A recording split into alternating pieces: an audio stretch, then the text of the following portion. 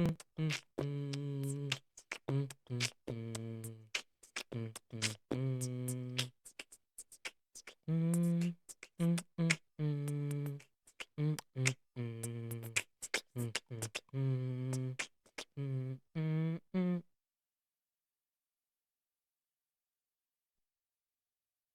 it. That's it. Okay.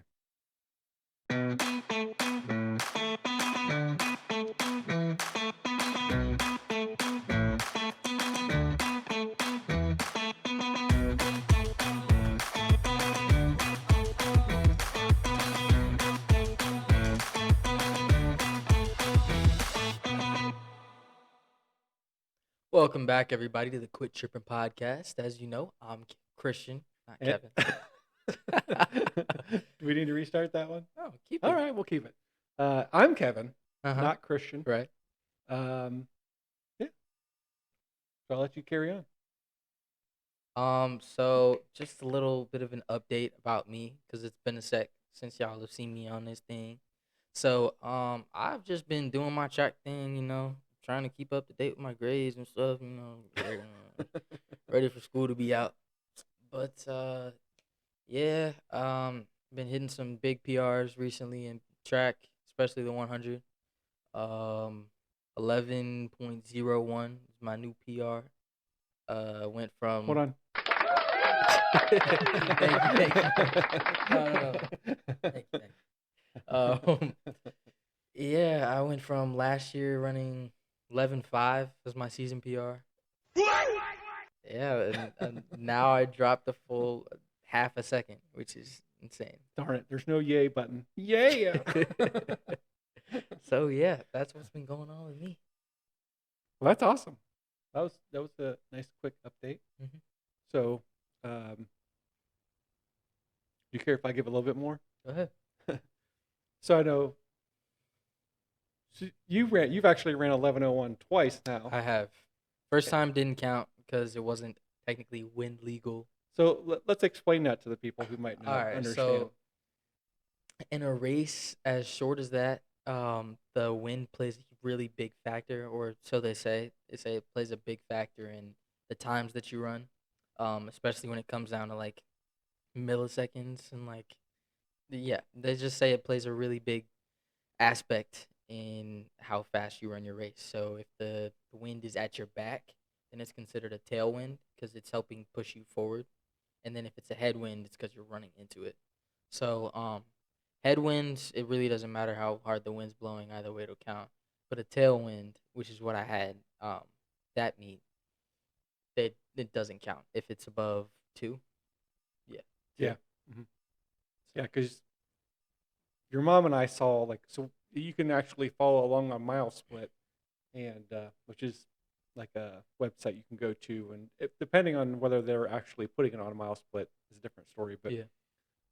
yeah, that's when we were looking and we noticed like, what's this? Your mom saw like, what's this wind speed category or column? Mm-hmm. And so we saw what that wind speed was, and at first I thought, uh, I'm like, well, this can't be like the actual wind speed because it's different for each. It looks like it's different for a lot of people. Yeah, it was And different then for it each heat. registered with me because it was based on the heat. Yeah.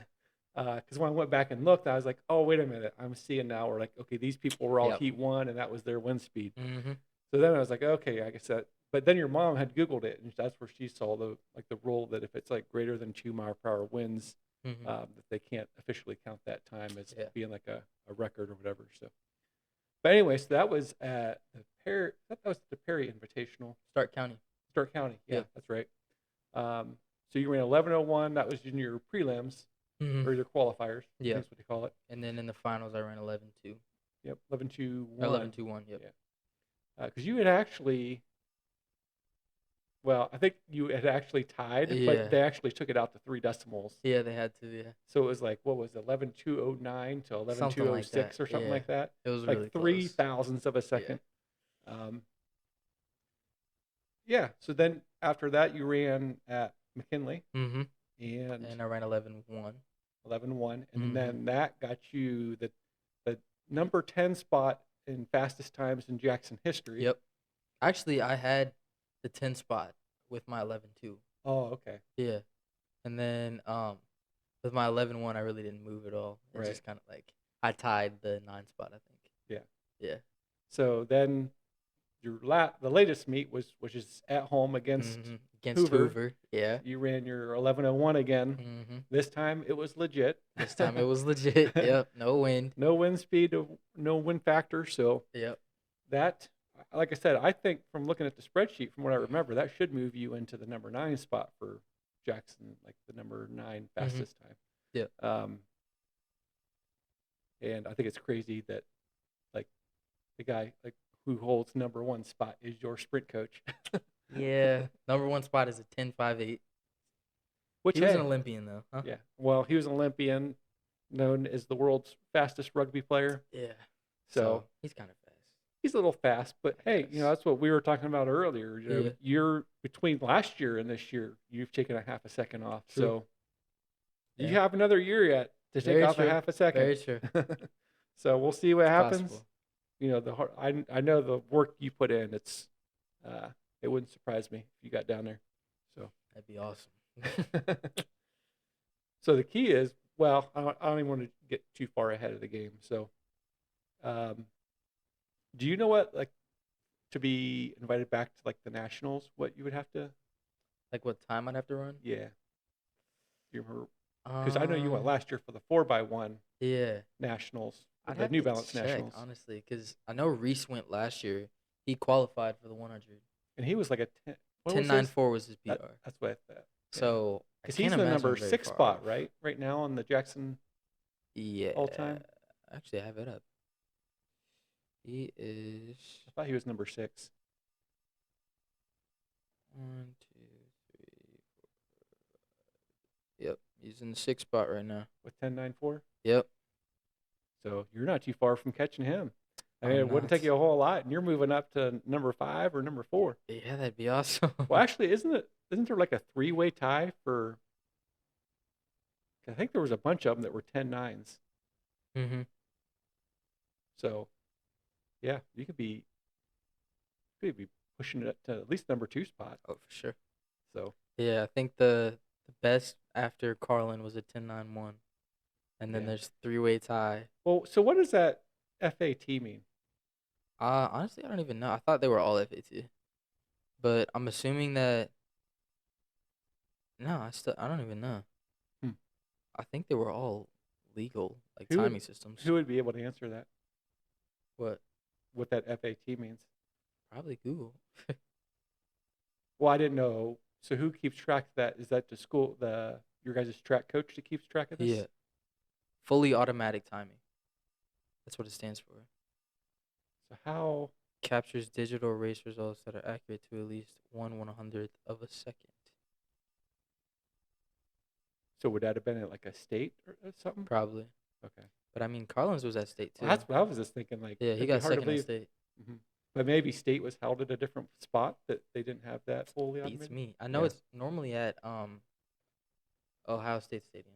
Okay. Yeah. Well, and it's changing this year, right? Because Ohio State's getting Mhm. redone. Mhm. So I can't remember where it was at now. Is it somewhere else in Columbus or? I think so. Okay.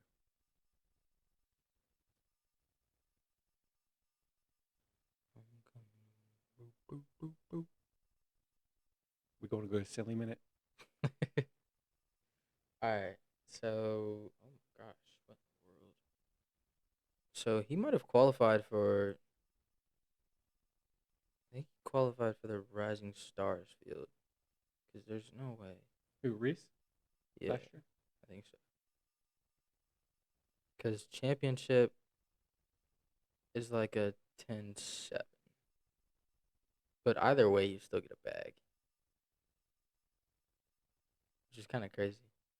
Because people don't even know, like you could be there, like, for freshmen. I didn't even know this. For freshmen, if your PR was an 11.3, then you can qualify, or an 11.6, which is insane. Oh, okay. So they have it broken down by the grade Yeah. too. Is it all grade or just freshmen? It's different. just freshmen, then it's Rising Stars, and it's championship. Okay.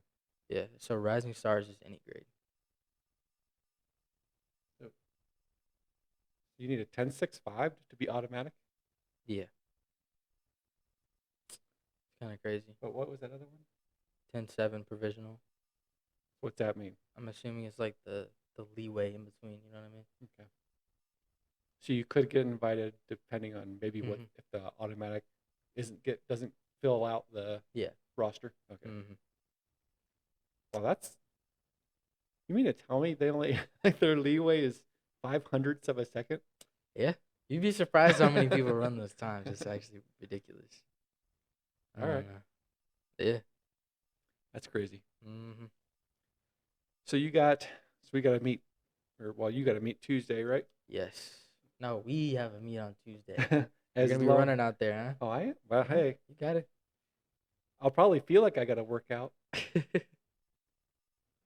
So I'll be doing this. Mhm. Um, no, all right. So yeah, Tuesday, weather permitting. Yep. Actually, you guys usually run if it's raining too. The only Yeah. time that it gets canceled is if there's lightning. True. It didn't even get And that's canceled that only, time. I It was going got to say, it just got postponed. postponed, delayed, more That like. got delayed for what, like an hour? Mhm. So We're just sitting in our cars while it poured down, and then the sun came out. And I was like, ah, great. that's right. Because you came over and sat in the car with us and you were Mhm. like, please. 'Cause, I mean, you were pretty much done at that time, right? Yeah. I was like thinking about whether or not I should run the 200. That's right. Okay. Yeah. So, which you still have not ran yet this year. I haven't, So but there's if a you run it, chance. There's a chance I'll run it on Tuesday. okay. Yep. Are you feeling? Well, you've been doing the 4x2, so Mhm. I mean, and I know. Well, no, I won't say that.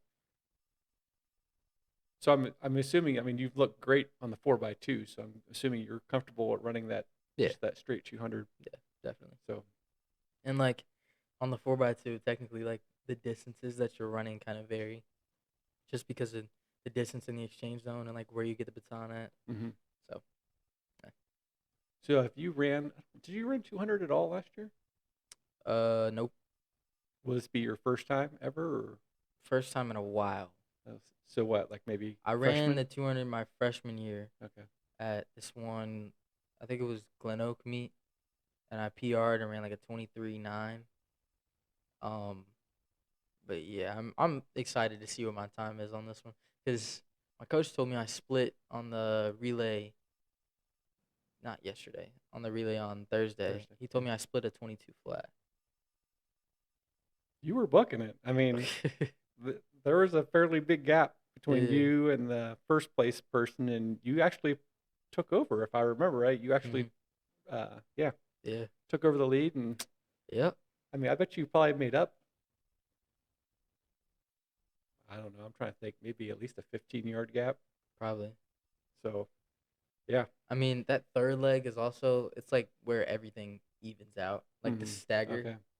Okay. So I always love being that leg, because one, I know either way I was probably gonna pass somebody, but like knowing that it evens out on that leg, and knowing that if I'm ahead of them on that, then I'm like really at it. Like if they're in the outside lane, hmm if I'm ahead of them on the inside lane, I'm really ahead of them. Like, yeah. yeah, and I think you guys ended up winning that one, right? Yeah. Yeah. Yeah. Because all right, I remember. We ran our fastest time of the year. It was like a 1:30. Okay. Yeah. So that's awesome. Yeah. So are Yes. you? Well, so here I'm going to give some thoughts here. Okay.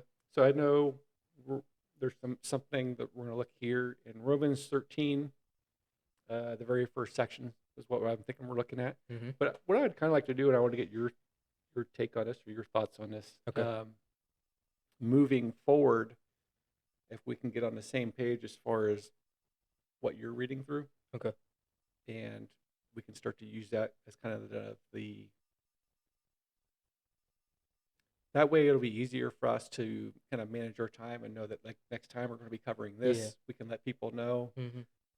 They can be reading ahead if they want to know what we're going to be covering. So maybe we can talk about that afterwards, but we'll get a game plan together. Almost kind of change this into more of a Like a Bible study. yeah, kind of like Okay. a Bible study. All right. And then if meantime, if there's something that comes up that trips up, we can maybe hit on it real quick All right. as far as like just answering it or somebody. So last time with your mom, I kind of let everybody know like if they have something that trips them up or if they have questions or anything. Mm-hmm. Because now at the bottom we also have like, well, that's our Instagram page at in the thing there, but Yeah. um, I'm actually pointing to it right there. Yes. Um, but which is I would like to change this up and have it include like the email and Facebook as well. Yeah. So that'll be in the works. But yeah, that's my thought is if we can. I know you like to read a lot in Proverbs and but I was reading Thessalonians this past ooh, week. Mm-hmm. First and second. all right.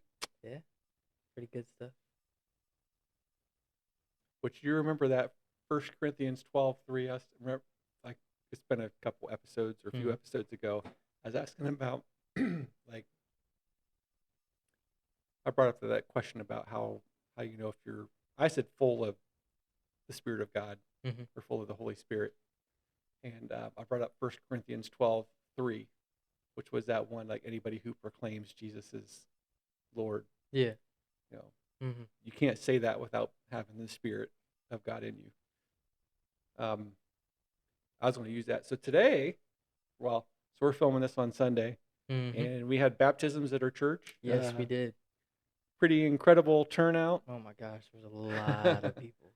So Bunch of God is on the move. We had 88 people Saturday night, and then people. we Mm-hmm. had over 120 registered ahead of time for today. And then I forget what it ended up being because you could actually register last minute. Mm-hmm. I think it was over 130 people this morning. Wow, that's incredible. I want to say it was like 135 maybe, somewhere in there. Jeez. But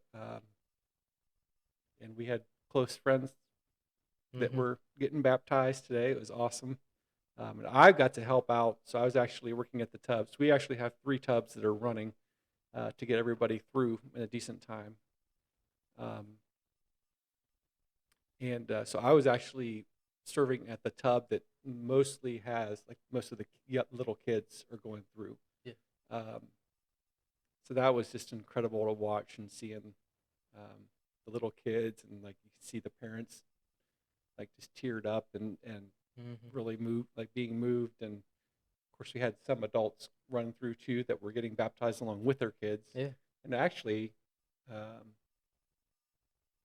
don't know if you knew about this, but like Kyle shared it in like the team lead prayer, and then also in the rally that there was a family Saturday night. It was the dad, the mom, and their 5 kids Wow. all got baptized. Entire family. Yep. Mm. So That's pretty cool. awesome. Yeah. Yeah. But I mean, I mean, I was really trying to feel led, or I guess be led, because I guess like if I was just to speak on my own experience, and I'd be curious on your experience too, like when you got baptized. Do you even remember? Yeah. Yeah. Mm-hmm. So I think sometimes you get this idea of like, all right, I want to get baptized when I get dunked, when I come out, I want to feel complete. I'm just going to feel different. I want to feel full of the Spirit. And I wouldn't say like I was disappointed. That was not for sure the thing, but like Mm-hmm. I really didn't feel any change where I was Yeah. maybe expecting to feel something changed in me. Mm-hmm. And I feel like sometimes like I just want to give a people the heads up on that. Like I know you're probably pumped, and I said, but you know, depending on what your gifts are, like if you're somebody who's very sensitive emotionally, you may feel like an overwhelming sense of joy or Yeah. like the Spirit moving in you. To where other people like me, like I'm not necessarily so sensitive to my emotions and stuff that for me it was like it didn't necessarily resonate that way, and so I was like I just sometimes I want to let people know like, hey, if you don't feel that, like, don't let that be something that like, okay, well, I was baptized and I didn't feel anything, so now I don't know that I can believe because I just don't feel any different. Mm-hmm. I don't know if people do that or not, but for me, it was like I wanted to jump right back to that First Corinthians 12:3 and let people know, like, just even though you may not feel different, Mm-hmm. do like know ahead of time that you do have the Spirit of God in you, and Yeah. this is the exact reason why, because you can't do this without having like God's Spirit in you Mm-hmm. already. So, Yeah. um, so yeah. But anyway, so we were going to talk about First Corinthians 13, and this is one where I think people can get tripped up because of the fact that, well, if I just to quickly mention the heart again, because I pretty much told everybody with your mom like that last podcast, like that was pretty much wrapping up the discussion on the heart. But one of the things that can make it hard to receive or like do God's will is if you're prideful. Mm-hmm. And so, like when you look at the topic of chapter 13, the first section anyway, it's respect for authority. And I think in the NIV version, it's called submission to governing authorities. But this is where it kind of talks about like um, just being in submission to people who are in places of authority, because God has ordained them, to have those positions.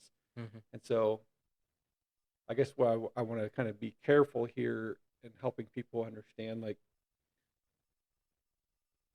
obviously, if the government's trying to force you to go down a path, like for example, if they're trying to, I mean, I already know that like they've taken like prayer and stuff out of schools.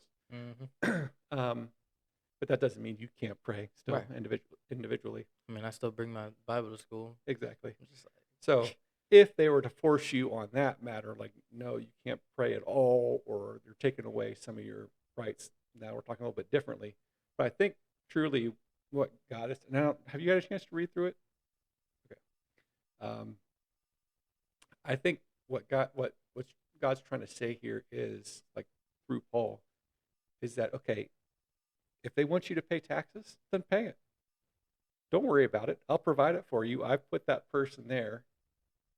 They are here to collect taxes. Just pay it. I'll provide for you. Don't mm-hmm. don't get worked up about it. I'll give you everything you need. So just pay them what they feel like they need to have in them. I mean that's the big thing that they're talking about. So let's just read through that first section, I guess. And I got to be careful here because I'm borrowing your mom's Bible and What my version is that? my eyes. This is NLT, Okay. but my eyes like so. This is half English and Mm. half Spanish. Oh. I just need to make sure my eyes don't go to the Spanish part. Do you want to read? How far? Oh, actually, so I believe it goes through. Yeah, it only goes through verse 7. Let me make sure that's the same in NLT. It should. Yeah. So basically, the first 7 verses. Whenever you're ready. Dookie. All right. And so, dear brothers and sisters, I plead with you to give your bodies to God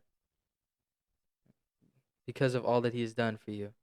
Let them be a living and holy sacrifice, the kind He will find acceptable. This is truly the way to worship Him. Don't copy the behavior and customs of this world, but let God transform you into a new person by changing the way you think. Then you will learn how to know God's will for you, which is good and pleasing and perfect. Because of the privilege and authority God has given me, I give each of you this warning. Don't think you are better than you really are. Be honest in your evaluation of yourselves. Measure yourselves by the faith God has given us. You're reading the first chapter. You're reading the first of chapter 12, aren't you? Yeah. I thought that's what we were I was in. like, what's that? I'm like, wait a minute. No, actually, 13. Okay. Yeah. My fault, y'all. No, you're good. That was a good one too, actually. It was. Okay. All right. Everyone must submit to governing authorities, for all authority comes from God, and those in positions of authority have been placed there by God. So anyone who rebels against authority is rebelling against what God has instituted, and they will be punished. For the authorities do not strike fear in people who are doing right, but in those who are doing wrong. Would you like to live without the fear of authorities? Do what is right, and they will honor you. The authorities of God's servants sent for your good. But if you are doing wrong, of course you should be afraid, for they have the power to punish you. They are God's servants, sent for the very purpose of punishing those who do what is wrong. So you must submit to them not only to avoid punishment, but also to keep a clear conscience. Pay your taxes too, for the same reasons. For government workers need to be paid. They are serving God in what they do. Give to everyone what you owe them. Pay your taxes and government fees to those who collect them, and give respect and honor to those who are in authority. So that very last scripture that you just read there, I think, is very key because we see how, I guess, how things are played out today, Mm-hmm. and they do not fall in line with that last part and give respect and honor to those who uh, are in authority. Yeah. Because I think so much of what we see today is instigation. Mm-hmm. Like, I want to be a victim of something, so I'm going to instigate you, push your buttons to where Mm-hmm. now you've done something to me, Now I'm and the now victim. now I'm the victim, and it throws you under the bus and puts Mm-hmm. you in a bad light. Mm. And I think it's so much of what we see today, and I think what they're telling us here is like, no, have respect for those people, and it's like if you have respect, and some people who maybe follow, I can't remember what the actual, I don't know if it's like Buddha or whatever, but Mm-hmm. they might see this as like karma. But the bottom line is like, give respect and honor those who are in authority, and you're going to see like they'll respond to you in a positive and respectful way. Yeah. But if you're doing things that's going to instigate or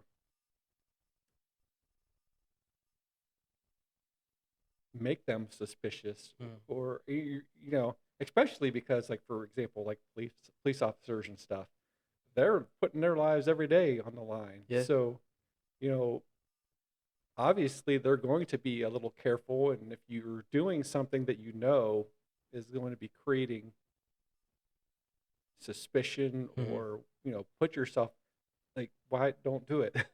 Yeah. Just show them respect. Whatever they ask you to do it,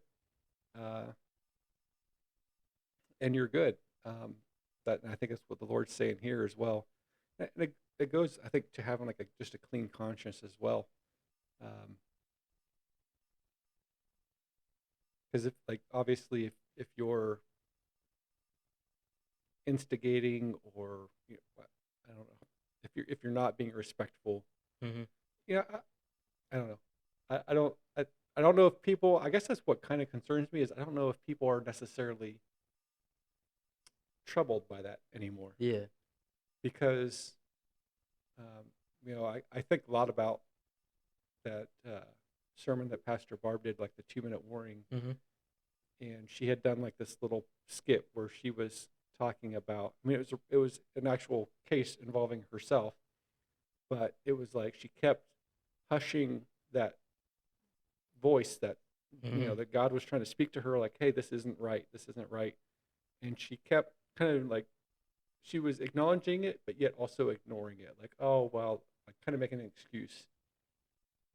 And you can only do that, like, if you do that for so long, like, God's just going to take his hands off and be like, okay, if you're in control, have at it.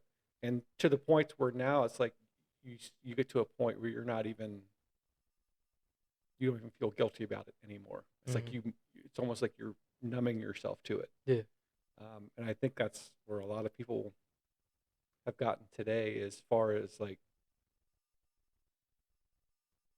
to them, that's life, and it doesn't really bother them as far as having like this guilty conscience. Mm. I pray that it would, actually. Yeah. Really. but uh, but I think so. What did you what did you think about this morning with what we were talking about, as far as like just really taking time throughout the day to stop and acknowledge your consequences, Mm-hmm. and seek God for wisdom, um, in whatever it is you may be doing, and looking at the circumstance in truth? Like, did you have any questions on that, or did you understand most of that, you think?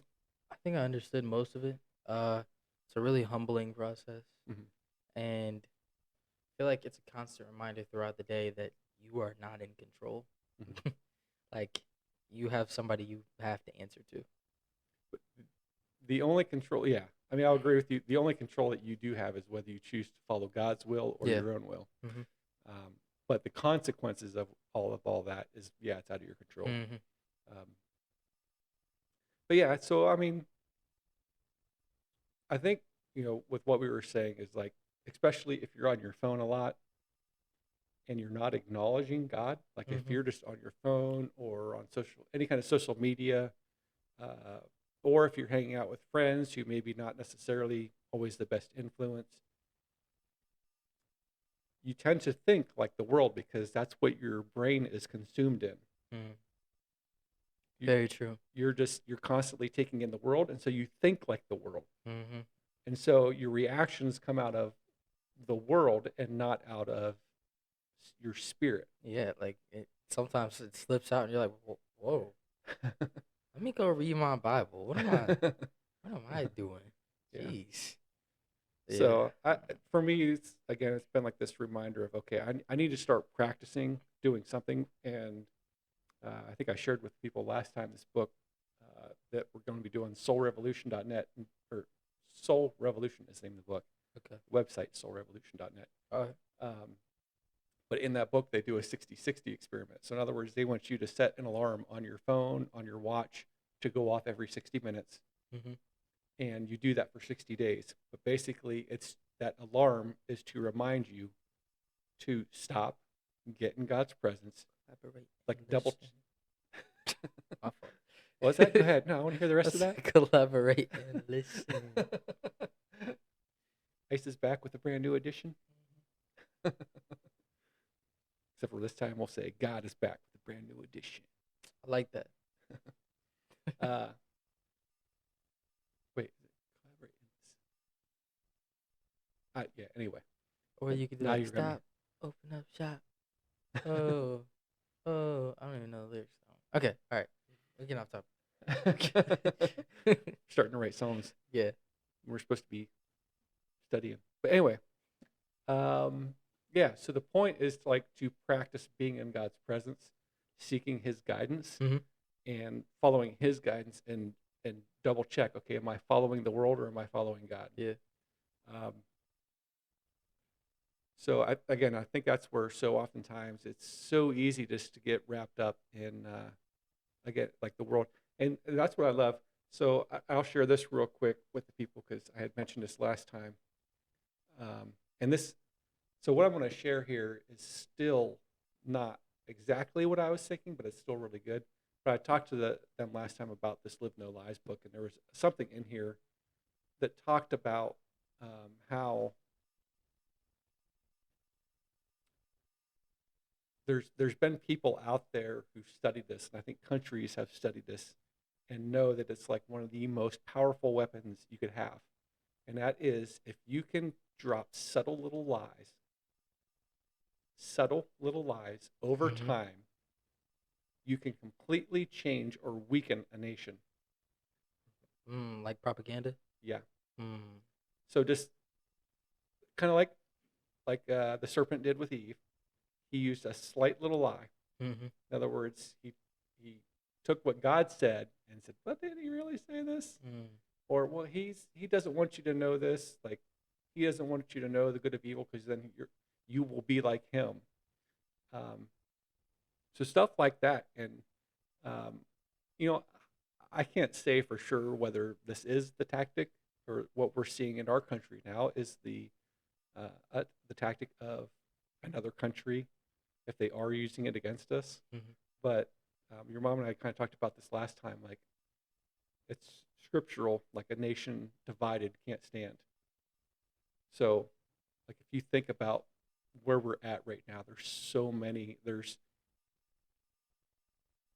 with like all the I don't want to say riots, but protests and all the other stuff that's taking place right now. That's kind of that basically demonstrates that yeah, we're turned against each other right now. Yeah. And I mean, what better way to weaken a nation than to turn them against each other? And this is where like we really need to come together. Um, and I know some people might be like, well, how do we do that at this point? Mm. Because I mean,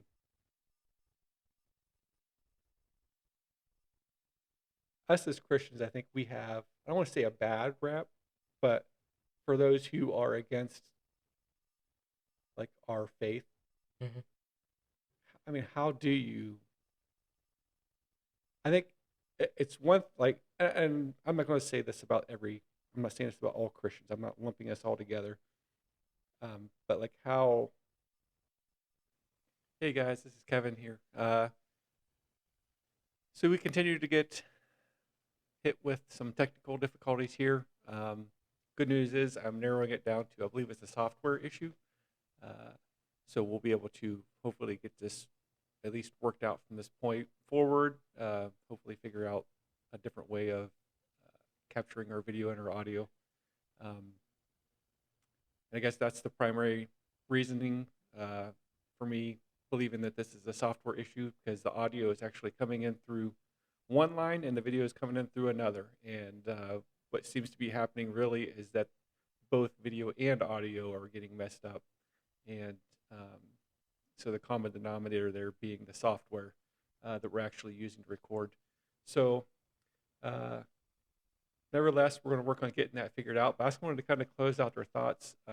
This kind of went back and looked at the video and where I cut off the bad stuff at. Um, and can't quite remember exactly what I was getting ready to say there was referring to us Christians, other than, um, how do we combat things whenever everything looks so bleak against us? And I don't mean to even really separate us, right? Because the biggest issue I think we have right now is using the us and the we or the they, uh, as opposed to uh, feeding a mentality of it's us. And so I mean, I guess it's like how can we help or how can we reach those who seem to be this in a dark troubled spot or a dark troubled place in their life? And I mean, maybe again that it's not necessarily that they even feel that way. Um, I think so much of what we're seeing today is not just uh, it's not whether you're in a dark place or not. It's I think a lot of people are in a dark place. They just don't realize it because they've um, succumbed to the world, whether they want to believe that or not. Uh, and so what Christian and I were kind of talking about there, as far as like the subtle little lies. I kind of wanted to read. I had got my book out. This again, this Live No Lies book by John Mark Comer. I was going to read a little out of it that just kind of helps. And again, this is not the actual part that I was hoping to read to you guys. Um, I'm going to continue to try to find the actual the one that rings out the most in my head because I remember having like a really good impact on me. But this still is along the same lines and is really good. Um, so if you have this book, I'll even give you the page number. So this is starting at page 226. Uh, it's like the next to the last paragraph, and it I'll actually read on um, into over onto page 227. So starting off, it's as followers of Jesus, we are the epitome of cognitive minority, whatever your ethnicity is. And the gravitational pull of the world is hard to resist, in part because because it's often so subtle that we miss it. And that's the key thing that I guess I want to point out there is that you know this happens I think probably to everybody each and every day. It's so subtle how the lies of the world like play into our lives that we can very easily and we do very easily find ourselves in the wrong place or doing the wrong thing because we just don't take a minute to reflect on who we are as far as being God's children and remembering where we need to be operating, and that's we need to be operating in the spiritual world, not in the flesh world. So uh, so much of what we see around us is like the advertising and everything plays into that. Advertisers, or I guess people that are in advertising, are really good at uh, and I would have to assume this is something that's actually taught, but they're so good at knowing how to play to your flesh desires, uh, how to get you to believe that you absolutely need something in order to live a good and happy life or to be fulfilled. Um, they're so good at playing into that. But the truth of the situation, if we stop and we think about it, is there's so many things that we can live without each and every day. And when we have Christ available to fill that gap, we see that His love is much more fulfilling than all these things that we are designed to think, or I guess told to think that we need um, to have a happy and fulfilling life. But to continue here, so the the political scientist Joseph Nye of Harvard coined the language of hard power versus soft power to talk about different types of socio-political influence. His ideas became the basis of strategies for both the Clinton and Obama White Houses. Basically, hard power is coercion by brute force. For a government, this would mean military violence or economic uh, sanctions. In North Korea's police state and labor camps, or China's tanks in the Tiananmen Square, and de-radicalization of the Uyghurs via internment camps. Yeah, so some big words there that hopefully I pronounced it right. I don't know some of these places, but right there's kind of talking about like the hard power, which is what you would expect. It's like using brute force uh, to get what you want or to overcome or overtake. It says how hard power eventually sparks a backlash, as Foucault said. So Foucault is a guy. So as Foucault said, or I should say he's a guy. I'm not really sure, but where there is power, there is resistance. So push people too hard, and they inevitably push back. So I mean, that's often the case. Like if you push hard or with brute force, oftentimes people recognize it because you are using like this hard power, that you'll get resistance. So next is what is the scarier part. So now we're going to move into talking. He's going to move into talking about soft power. So he says, but soft power is a different beast. It's the ability to shape the preferences of others and the ability to attract. Hollywood is the epitome of soft power. It's done more to change the Western mores around sex, divorce, adultery, vulgar speech, and consumerism, than most anything, simply by making movies that are fun to watch. Another example is the advertising industry, which is an attempt to control our behavior not through coercion, but consumerism, simply by appealing to our desires. So again, that's where I was getting my ideas of the whole advertisement industry and their ability to speak to you. And so I do think there's a lot of psychology behind that as far as like the advertising industry. Um, I mean, I'm sure we've all heard the statement "sex sells," and so all of that is so designed to play to our flesh desires, um, which I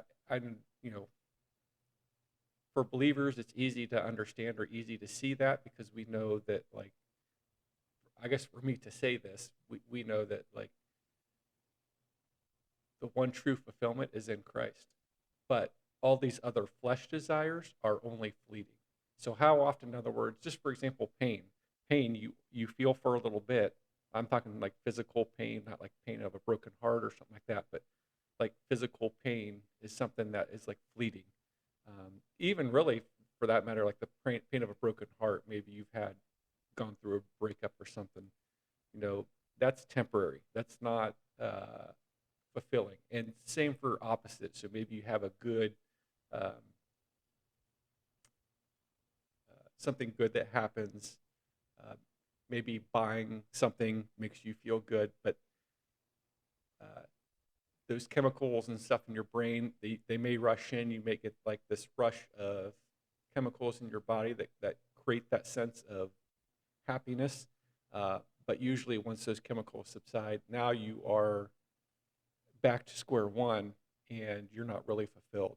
And this is where Christ really comes in, and with God in your life, you can really uh, feel feel fulfilled. Feel. Let me spit this out here again. Feel fulfilled.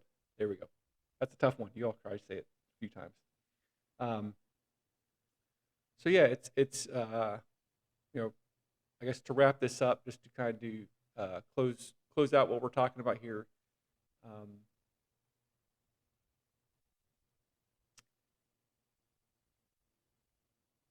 this this is something that, like again, I think I maybe stated again earlier, but I think it's really important that if you're uh, trying to live um, more according to God's will, it's that there's something that you have to do to try to remind yourself each and every day. Um, I mean, nobody here, or I guess nobody's ever perfect. So Christ is the only one who came and lived a perfect life for us. Um, Washington, he died and was raised on the cross for us, but he's the only one who's came and lived here on earth a perfect life. And um, so for us, it's we're never going to be perfect, but one way to draw near to God, um, to just be constantly working on your relationship and constantly uh, feeling more and more fulfilled. Because I mean, we all have time like ups and downs, and so there's going to be times that we're feeling closer to God, and times where we don't feel so close to God. I'm personally coming out of one of those times where I just haven't felt so close to God. Um, and I think a lot of that is the fact that I have kind of lost myself in that world mentality, and um, stopped setting my focus so much on Him. Um, I've kind of used this example. I think yesterday, talking with my cousin, that Karen and I it used to be every time we like when we would go to bed, I would get the Bible out and read a chapter or two um, before we actually turned out the lights. We've kind of gotten away from that. I'd love to get back to that. Um, and I think as well as other things, just other frustrations that I think God's going to open doors and close doors for us on a regular basis, and it's all going to work according to His plan. But I think for me sometimes, like I think maybe I got in that place of where when the door was open for me, I thought that door would always stay. I want to say open in the sense that whatever it was that He had opened that door for me, I would always be blessed for that, or I guess blessed in that area. So, for example, getting involved, or I guess leading connect groups. Um, when I first started doing that, we actually had a rather large group. Um, Now, over the course, I want to say we went pretty strong for almost a year. Uh, it may have been just shy of a year. I can't remember, but people started uh, having other things that they had to do, maybe just getting worn out, and so that group uh, dwindled somewhat quick.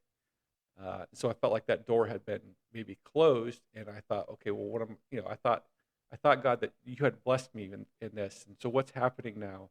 And then I start looking at myself. If did I not do something right? Did I lose sight of you? And I started kind of getting hung up on me again. Uh, and what could I do? What could I do? What could I do? Instead of just being still and saying, okay, God, what do you have next for me? What's my next season? I'm just going to lay this all down and just trust in you. And I mean, I know when I've done this in the past, uh,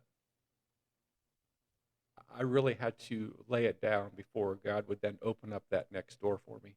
Um, So that's where I'm trying to be right now. I'm trying to draw near to God again and just lay it all at His feet and trust that whatever is in the next season, it's going to be good, and that season may, it's that season's not going to last forever. Um, he may put His blessing on me to be in a particular spot at a particular time for whatever reason, whether I'm reaching one person or 20 people. I don't really know, but that's up to Him. And so just trusting and believing in Him moving in my life. Um, Same with Karen, and we're approaching summer here, so I'm looking forward to having uh, Kennedy back home and uh, having Kristian around, and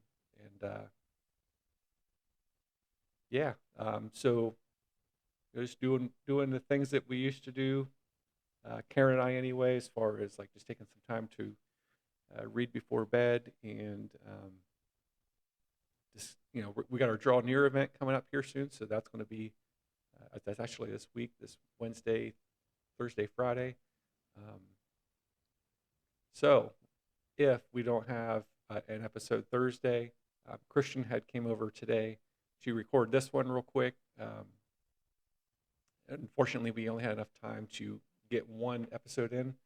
Um, so with that being said, again, with Draw Near going on, there's a good possibility that Thursday will not be there will not be an episode on Thursday. Um, but hey, I hope you all found this helpful. Um, Kristian and I had a lot of fun with the beginning, so I hope you all enjoyed that. And until next time, we'll see you then.